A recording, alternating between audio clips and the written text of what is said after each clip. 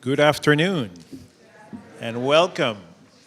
My name is Jorge Silva Puras. I'm the interim provost, and I'm delighted to introduce a very special guest. We have Mr. John Catsimatidis joining us today to share a wonderful story. For those of you,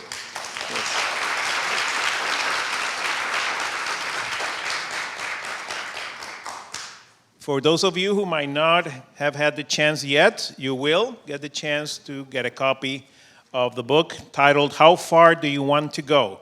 And let me tell you, I am about 2/3 into the book. I haven't finished it, but it's a really fascinating read. I highly recommend it. It's a life story that has quite a number of inspirational messages, and that's hopefully what we will be able to talk to Mr. Catsimatidis today. But I hope that you enjoy this panel. I also want to introduce our Dean, Dean Hurley of the Lehman School of Business, who will be moderating this interview. So without further ado, I leave you with these two distinguished individuals who will share with you a story, a fascinating story of life, of success, of challenges as well, of learning opportunities. So thank you very much for joining us at Lehman, and welcome again. Thank you.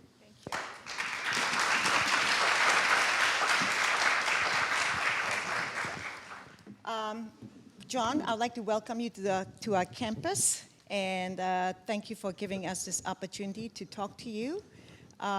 We get authors on campus, but I don't think that we've had any billionaire authors, so we're happy to have you. This is a very unique opportunity for us. In 2023, you published a book which details your life story, coming here as a 6-month-old immigrant from Greece and living in West Harlem and becoming a very successful business person. And this is kind of like a rags to riches story that most immigrants dream about, but don't really get to achieve. So it's been very interesting for me. I read the book. It's a fantastic book if you haven't read it, and you will get an opportunity to have a copy before you leave. I really enjoyed it because it's very written in a very humorous way too, and I learned a lot about New York City in a way that I never knew. So thank you for sharing with us. Well, thank you for having me, and it's nice to be back up at Lehman. I was, like I said before, I was up here at Lehman. I ran for mayor in 2013, and I think I was up in Lehman here in the auditorium talking to a community group, and I was told, you guys, 10,000 students at Lehman. That is phenomenal. And then people ask me why I wrote the book. And I have several reasons. A, I wanted to write the book before I get Alzheimer's and forget all about it. And two, I wanted my kids and grandkids to come to know where their father and grandfather came from. And three was if I could make a difference in a few kids' lives, then it was worth writing, because some people, growing up, I had like 10 mentors, and they made a difference in my life. And that's what I'm trying to do, is trying to make a difference in somebody's life and try to. And I grew up in Harlem. My father was a busboy, never made more than $100 a week. And I was inspired by a few things, and it made me work harder, and it made me want to achieve something.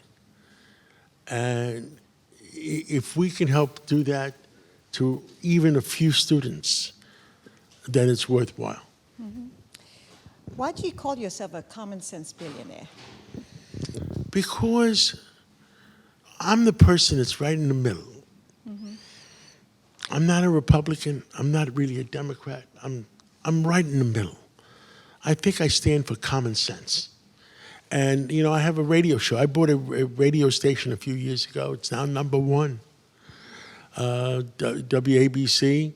I have a radio show every day at 5 o'clock to 6 o'clock. And you know what I have? Besides me, myself, and my co-host, Rita Cosby, my panelists, I have 2 or 3 panelists. And some of them are Republicans and some of them are Democrats. But we do things the old-fashioned way. We argue all between 5 o'clock and 6 o'clock. We argue with each other, yell at each other, laugh at each other. But at 6 o'clock, we're all friends. We hug each other. And I think that's what's part of America, is to learn both sides of the story. In a part of our panel, we have Governor David Paterson. He's sitting there in the studio with us, and he's a common sense Democrat. We have Judge Richard Weinberg, who represented Peter Vallone when he was Speaker of the City Council, and he did that for 15 years. And he's a common sense Democrat. We have Rudy Washington, who was deputy mayor for Mayor Giuliani. We have Tony Carbonetti, chief of staff to Mayor Giuliani. We have Ed Cox, the New York State chairman of the Republican Party. We have, I would say we vary with 10 different people as panelists, and half of them are Democrats, half of them are Republicans, and we have a discussion. And that's what's missing today. Because I'm a person that grew up when Walter Cronkite, a famous name in news, was the main person on the news. And 92% of the American people believed what Walter Cronkite used to say. Now, nobody believes anybody. And that's scary. And, you know, I'm a news person besides running my businesses, and I have a lot of businesses. At home, I have a lot of screens set up. I got one screen is CNN, one screen is Fox, and it's like I'm living on 2 different planets. 2 different sets of news, and I can't believe it. So my advocacy is at WABC Radio, I don't care what you say as long as you tell the truth. And that's all I want, is the truth. I grew up in Harlem. So 20 years of my life, I was by City College, by Lewiston Stadium on 135th Street between Broadway and Amsterdam Avenue. I went to PS 192, which is around the corner, across the street, City College up there. And my father, like I said, never made more than $100 a week as a busboy. But what I'm saying to you, and what I say, you know, I help run the Police Athletic League. What I say to these kids, and what I say to you, is I made it. Every one of you can make it too. And it's important of what you want to achieve in life. But making it takes sacrifice. That's the other thing in the book. You're not going to make it if you only want to go to work 3 days a week. It doesn't happen. It depends what you want out of life and how successful you want to be. Because by how hard you work and how dedicated you are is going to help make a difference. But, you know, the book, I wrote it from my heart. Some people just write things. I wrote it from my heart. I lived it. I lived into that life, and as I was growing up, and I always respected my parents. And the one thing my mother taught me and my father taught me is that you never do anything to shame the family name. Now, I mean, I don't, we only have an hour or so or less.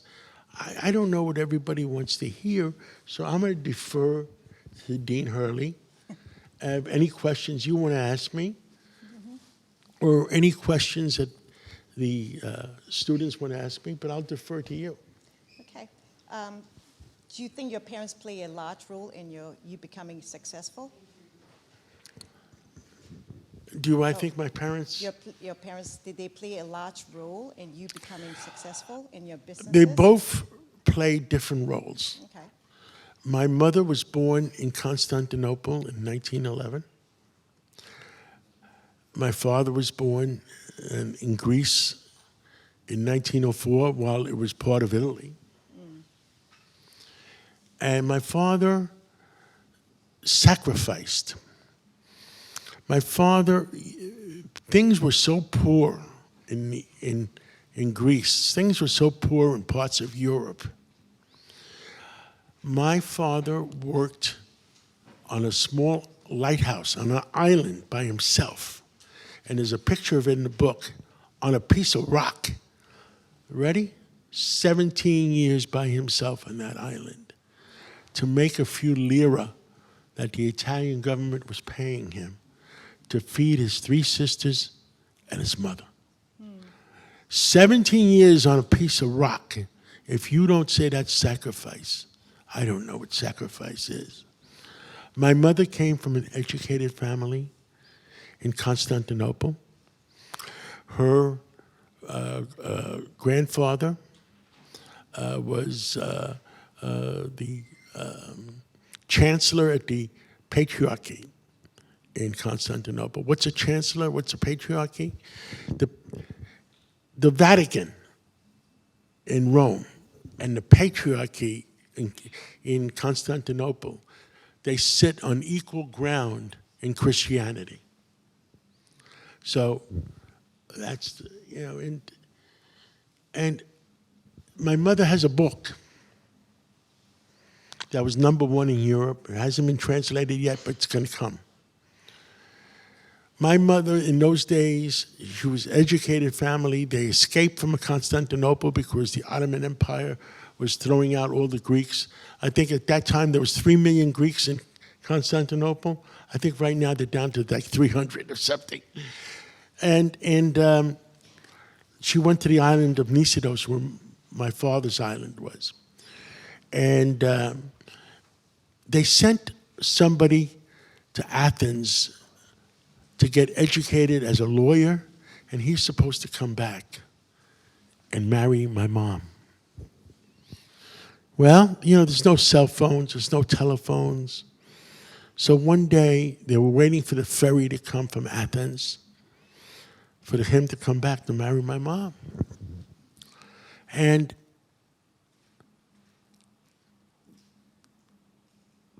the ferry pulls in, the captain of the ferry of the boat has a letter, and he gives it to my mom. And it's from the guy that was supposed to be there to marry her. And it says, I fell in love with somebody else, I'm not coming back. And my mother went into deep depression. And what happened is, my mother had 2 brothers. Her 2 brothers were engaged. And the 2 women they were engaged to had 4 brothers.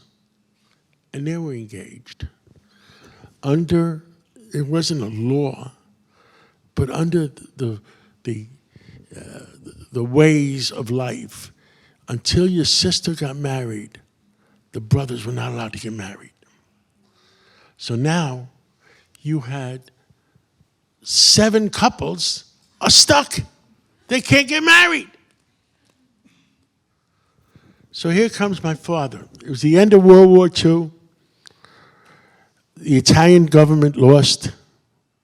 The Brits come in. The British were running Europe. And they say, you guys, the Italian government, you guys are on the wrong side. You're on Hitler's side. We're going to take those islands away from you and give it back to Greece. And my father lost his job in the lighthouse and went back to his island of Gristedes. It's all in the book. And he wanted to get married, have a family. Well, if you remember the song, my father was a working guy. He was a working stiff, he took care of a lighthouse. My mother was an educated person. Do you remember the song, If I Were a Carpenter and You Were a Lady, Would You Marry Me Anyway, Have My Baby? That's a famous song. Well, my mother sacrificed herself, married my father, so she could set the other 6 couples or 7 couples free. The book was supposed to be called 7 Weddings and 1 Sacrifice. And it's going to be printed in English soon. And that will be the prequel to this book. Okay. Well, I talk too much. Looking I forward to apologize that. for talking too much. I'm looking forward to that. So I have turning a little bit now to your businesses. You have a very diverse range of businesses. Right? Yes. From supermarket to airline to refinery to real estate to I don't know what else you have. Which one would you like to know about? How do you evaluate? So The, these the are one all- that's most fun, or the one we made the most money, or the one we just had a good time? So given that these are business school students mainly, how do you evaluate the different business opportunities when they come in front of you?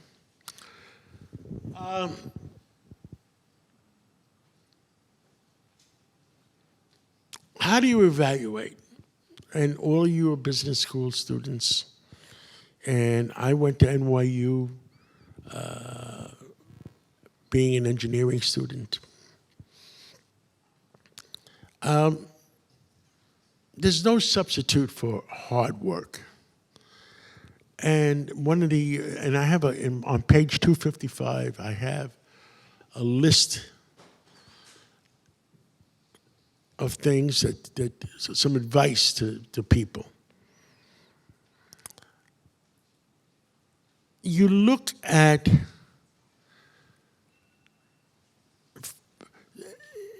and like I said, I had a lot of mentors. One of my mentors used the expression, well bought, half sold. What does that mean? No matter what the business is, if you overpay for it,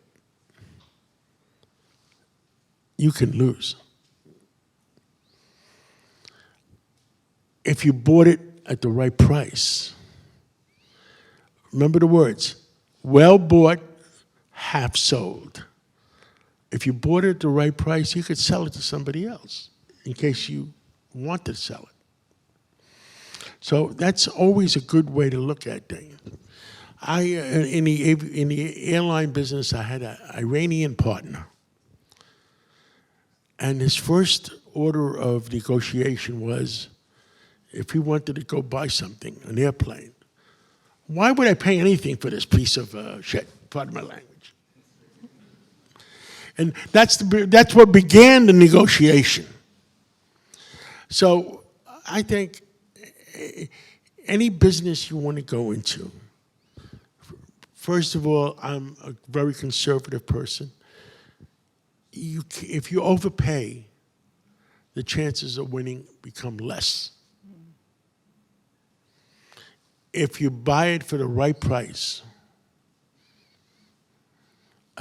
then and you have to say to yourself that failure is not an option. When I opened up my first grocery store, work 40 hours a week. If it wasn't doing well, I work 80 hours a week. And if it doesn't do well again, I work 120 hours a week. In other words, success has a price. So you got to remember that. And I think the other thing that you have to do is think things out. In the supermarket business, which was my first business, is what's the customer want? And what you want to do is sell to the masses.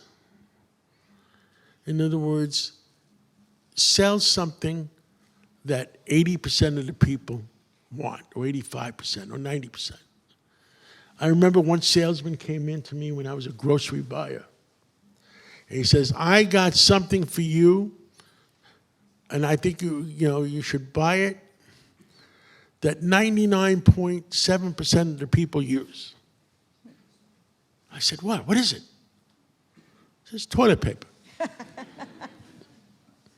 I didn't ask what the other 0.3 used. But what does the customer want? And if 100 people walk by, how many people would stop to buy it? So you have to have that mindset and think about what does the customer want and how many people are going to, if they walk by. I'll give you an example on my radio show, my radio company, They said, oh, I got this guy. He is great. I said, if 100 people walk by and you mentioned his name, how many people would know it? If nobody knows it, well, it goes back to half bought, half sold. If nobody knows that name, chances are you could fail. But if a large percentage of the 100 people who walk by knew the name, chances are they're going to give him a shot and succeed. I don't know. Does that answer the question? Yep. Have you ever failed? Have I ever failed? Yes. And how'd you recover from that? I learned. You learn from your failures. I was very successful real estate operator and still am. And a friend of mine, I don't forget, I'm from Manhattan. I'm from the streets. A friend of mine invites me out to West Hampton Beach, in the Hamptons. Wow, everything's great. And there was a building for sale that used to be a supermarket in the middle of West Hampton Beach. I said, I'm going to buy that building. I mean, they only want $1 million for that building? That whole big building in the middle of town, they only want $1 million? I'll buy it. And then I bought it, trying to rent it. Nobody rented to it. Why? Because at that time, West Hampton Beach, people were there in June, July, and August, and nobody was there in the winter. So then I did another stupid thing. I said, I'll open up my own store. So I opened up the store, and in the summertime, we did great. We did $200,000 a week in business in June, July, and August.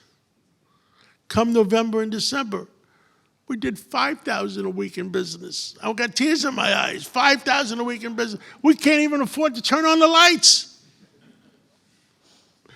But that's sometimes you got to lose. And I tell my kids, I just made my son president and COO of the company. And I said, I'm 75 years old. I want to be around that if you do make a mistake, I want to be there to help you. And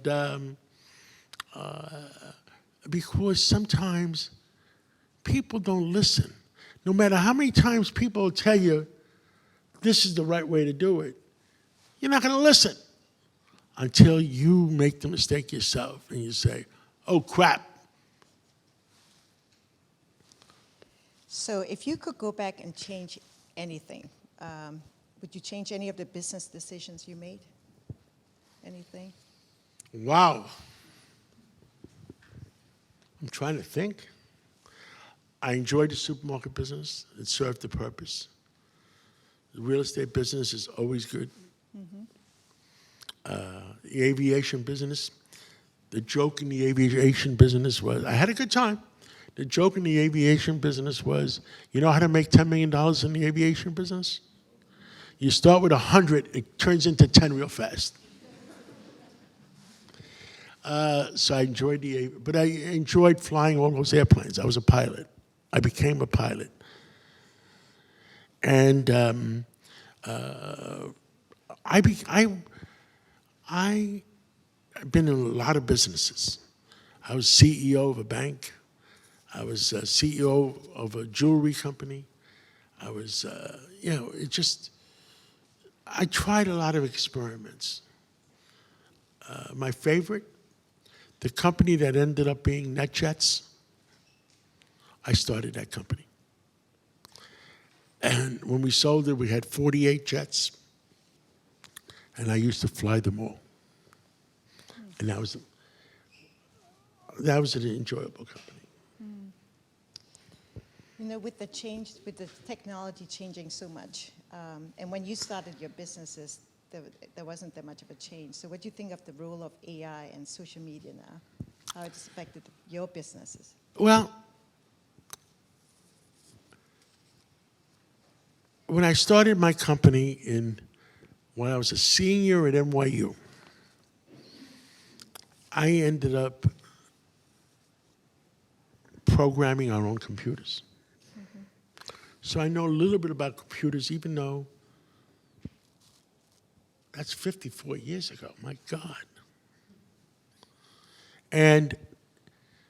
But learning, I remember I had a teacher to show me the computers, but I always ended up being a little bit better than my teachers. And I enjoyed learning about computers because it was more complicated at that time. You had to program it and try to think ahead what error routines you're going to hit and how to prevent those error routines. And what I'm concerned about now, everybody says, in those days, like I said before, everybody says Xerox it. Now, Xerox was the company in those days. The company. Now everybody says Google it. Well, what I'm scared about AI, there is no such thing as artificial intelligence. It's just words. AI is what they do is take all the information available to it, recreate it in the way you've tried to ask for it. But you're still the victim of the programmer, and you're still the victim of what algorithms they put into those programs. It's like somebody once asked me about voting machines, and I won't go into voting machines. Too many people got sued. But I said to them, electronic voting machine and algorithms. I said, why do you need algorithms in a voting machine? Scared the crap out of me. I mean, voting machines are just supposed to count. You vote this way, you vote that way. The minute you connect that, if the voting machine to the internet and other people have control over it, you're in deep crap. I don't know. I hope that answered your question. In other words, AI is nothing artificial about it. It's only as good as pardon my language, shit in equals shit out. You know, it's only as good as the programmer creating the program, creating whatever he's going to create. I have about 2 more questions left before I turn it over to the students. What 3 pieces of advice would you give to our students? What one? What 3 pieces of advice would you give to our business students? That I'm sure almost everybody in this room can become successful. It depends, again, what I said before, the amount of sacrifice and the amount of work. And there was many a year when I first started in the business, I worked 7 days a week. My friends were going on ski weekends, and I couldn't go because I was working. Do I have any regrets? No, I guess not. But there is sacrifice. Nothing is easy in this world. And but every one of you could be successful. Pick the right business. And you know another word that people say to me? If you pick a business that you enjoy, and you enjoy being successful at it, you don't consider it work. And that's important. If you enjoy what you're doing, it's not work. That's true. So what's next for you? Oh my God. Well, I'm starting a project right now, and we're in it. And it doesn't get much publicity, but it exists. The next thing after oil, what is it going to take to run this country? It's not going to be solar cells. It's not going to be windmills. It could supply a little bit. It could supply a little bit, but if you think it's going to supply enough to run our cities, I'll sell you the Brooklyn Bridge at a good price. It's called SMRs, small modular reactors. You know the nuclear reactors that run our nuclear submarines are only the size of this stage, or run our aircraft carriers. Well, we're partners with the company that makes them. And there's going to be, it's called SMR, small modular reactors. And they're not ready yet. Over the next 5, 10 years, to start to phase them in. And if you Google it, you'll see that a lot of countries, France and Germany, have already called it green energy. The only thing that has the ability to replace the oil business is nuclear reactors right now. One of my friends I grew up with, she's into radiation and et cetera, and she says to me, well, suppose it leaks radiation and whatever. And you know what I said to her? Well, why don't we do a study? All the nuclear submarines have been around for 50 years. The aircraft carriers have been around 50 years. Did anybody get sick with radiation? I don't think so. But it's not going to be windmills. It's not going to be solar energy.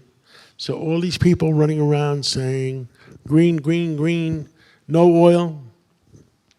The truth, even though I'm in the oil business, they're full of crap. You can't run our cities on a little bit of wind and a little bit of solar cells. It can't be done. So that's what's in our future. And it's not going to happen tomorrow. I think the first nuclear small modular reactor that we're going to put in, we have a deal with a state I won't tell you which state. Will probably be 1930 or 2030, 2031. I hope that answers the question. Yes, thank you so much. And at this point, I'm going to turn it over to the students. We have time for like maybe 2, max 3, because we have a hard cut-off time. We want to give you our books too. All right. All right, let's start with this one. Sure. Hi guys, my name is Ana Vasquez. I'm a senior. Hi, Mr. Catsimatidis. My question to you is, can you recall a moment when you realized that I've made it? And if so, can you go into details on that moment? Well, I opened up my first store, a supermarket, when I was a senior in college at NYU. And I opened it up by accident. I wasn't intending on opening it.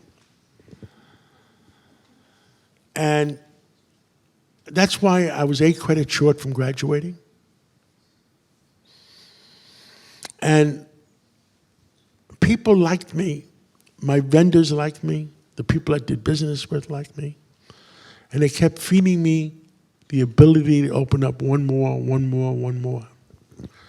By the age of 23, 24, I was making $1 million a year. And that's 1974. $1 million a year was a lot of money in those days. It's a lot of money now, right? So I think I went to a reality check that, okay, I'm doing okay, but I still work 7 days a week, because the easiest thing to do when you're successful is to ease up. I had 2 friends that opened up a magazine company. I remember at least one of those names, Steve Berzon. Opened up a magazine company on the west side of Manhattan. And he was very successful. So successful, he decides to go to St. Thomas and sail a boat for 3 months. Well, he went broke.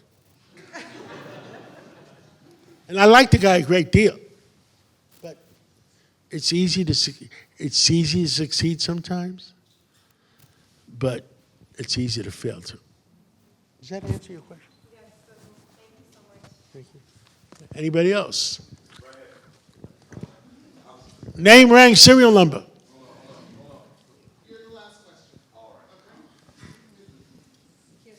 Oh. Hey, good afternoon, sir. My name's Alem, and I have 2 questions for you. My first question is, if someone was to have $1 million, what's the best way to diversify it in a safe way to have some gains on it? And my second question is, once you make it to the top... Go one at a time. If you Okay, had sorry. $1 million, is that what you said? Yeah, what is the And best... you wanted to know what to do with it? What's the best way to diversify it? What's the best way to diversify? He wants to diversify. The what? He wants to be able to diversify his $1 million. What to do with it? Yeah. Well, I'll tell you what I would do. I'd buy a broken down house for $600,000, $700,000, fix it up with the other $300,000, and sell it for $2 million. You know, people do that all the time. It's very easy. You know, the one thing I knew, you know, entrepreneurs, they live on the edge.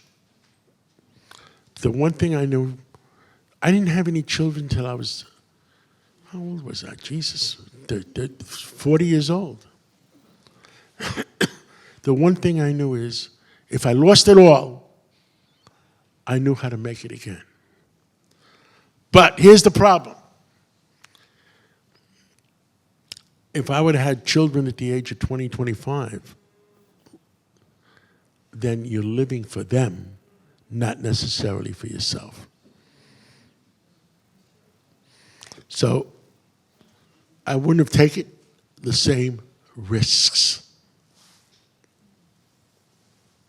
Last question here? Yeah.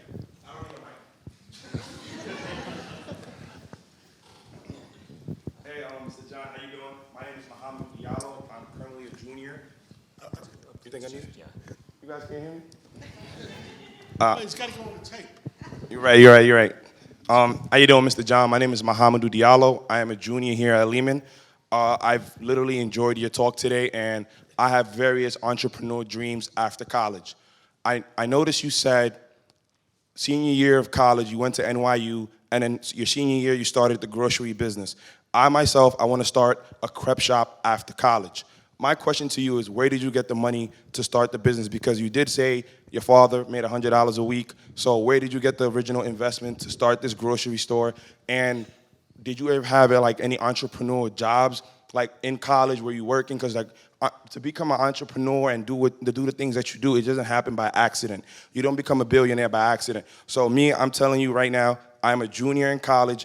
I want to start a business as soon as I graduate, or if not now while I'm graduating, because I am also a licensed real estate agent. So I am hustling, trying to get these commission So make checks. sure you sell them the house for $700,000, so you can turn it into $2 million. Definitely. Fix and flip, man. I got you. Call me.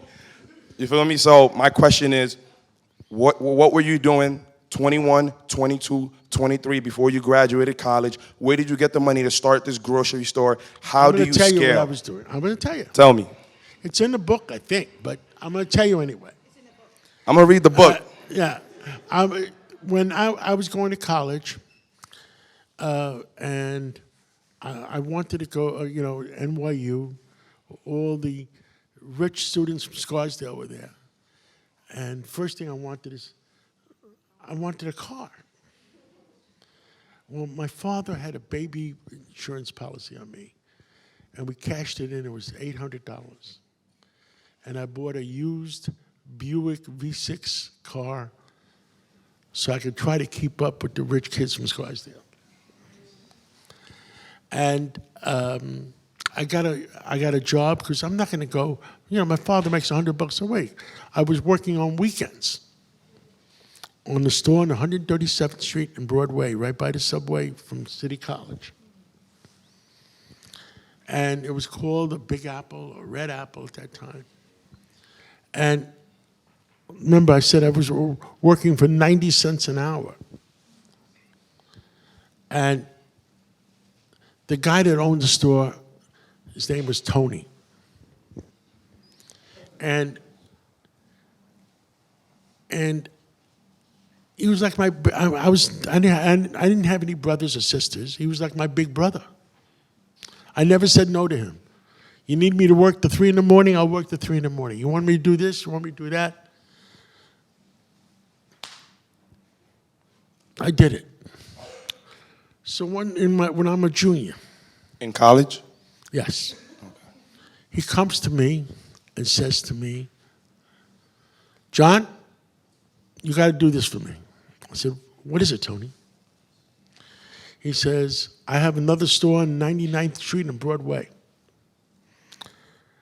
And my uncle's running it. And every day, I'm arguing with my uncle. If I bought 10 cases of oranges, he would say, why did you buy 10? They're going to go rotten. If I bought 5 cases of oranges, he would argue with me, it was a good price. How come you only bought 5?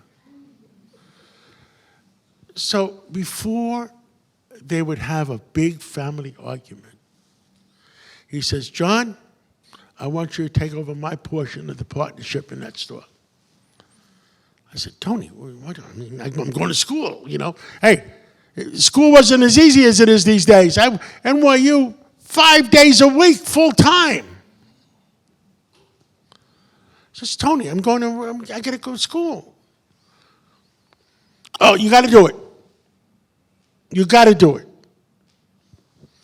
And he gives me 10 notes to sign, $10,000 for his half of the store, $1,000 a month for 10 months. I don't know, $1,000 a month. My father doesn't make more than $100 a week. Well, in myself, I never say no to Tony. I did it.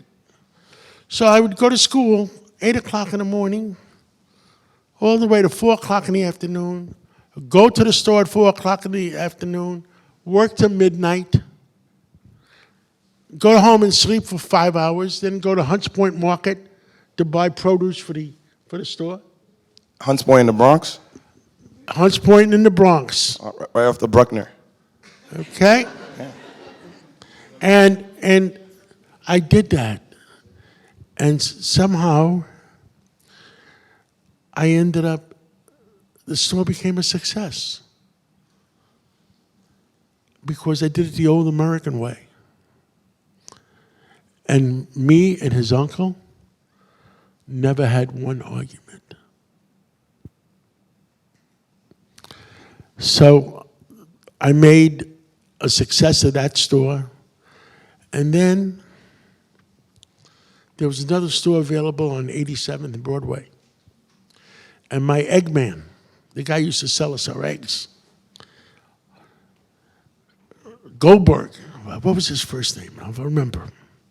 Goldberg says, they closed the store on 87th Street. The landlord will rent it to you. I said, oh, I'll look at it. And all my vendors who liked me, the milkman, the egg man, the grocery guys who delivered groceries, they all liked me. They funded me to open up that store. And his uncle Nick didn't want to go along with me. He just wanted to stay in that store. So I named it Red Apple, like apple pie, the old American way. Worked another 80 hours, 90 hours a week. And guess what? That was the store number one, a successful Red Apple. And within 3 years, 4 years, remember I said the vendors supplied the money? Mm-hmm. The milkman, the egg man, the ice cream man, the grocery guy. And it goes more about it in the... Did you rinse and repeat that process? I opened up 10 stores within 3-4 years.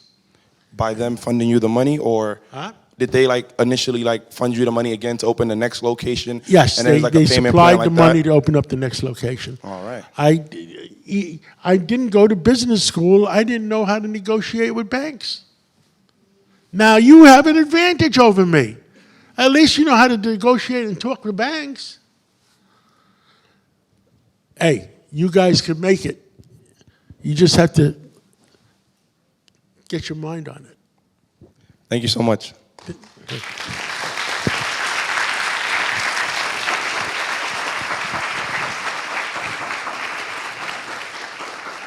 Thank you, John. That was really good. That was very interesting for the students to hear your story and your experiences and what lessons they can learn from it. So thank you so much for spending time with us. Well, I'm glad I came up, and it's worth coming up here. You know, you can come back again. If I can make the difference in a few of your lives, it's worth coming up.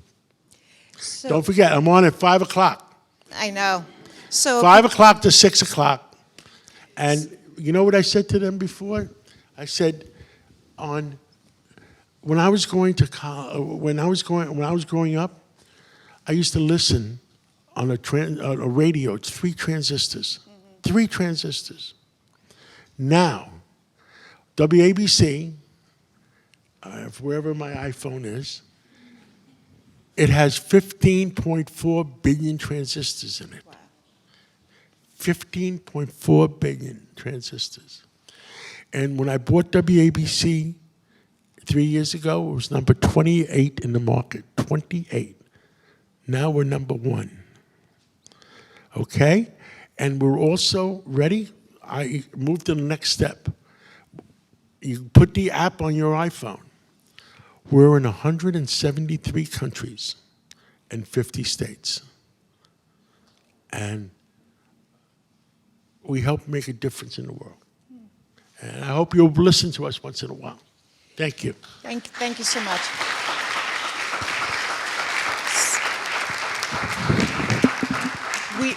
we don't want you to be late for your show, so that for this next segment, we're going to be asking those of you who got your tickets to come here and to come up to the stage, and then we'll give out the books. And I'm not sure that you have time. Do you have time? I know that Carol's like looking at the... Okay, so if you can sign whatever you can sign, that'd be great. And then let me know when you're done. And you need to get going. Perfect. So if you can just come up. Thank you so much.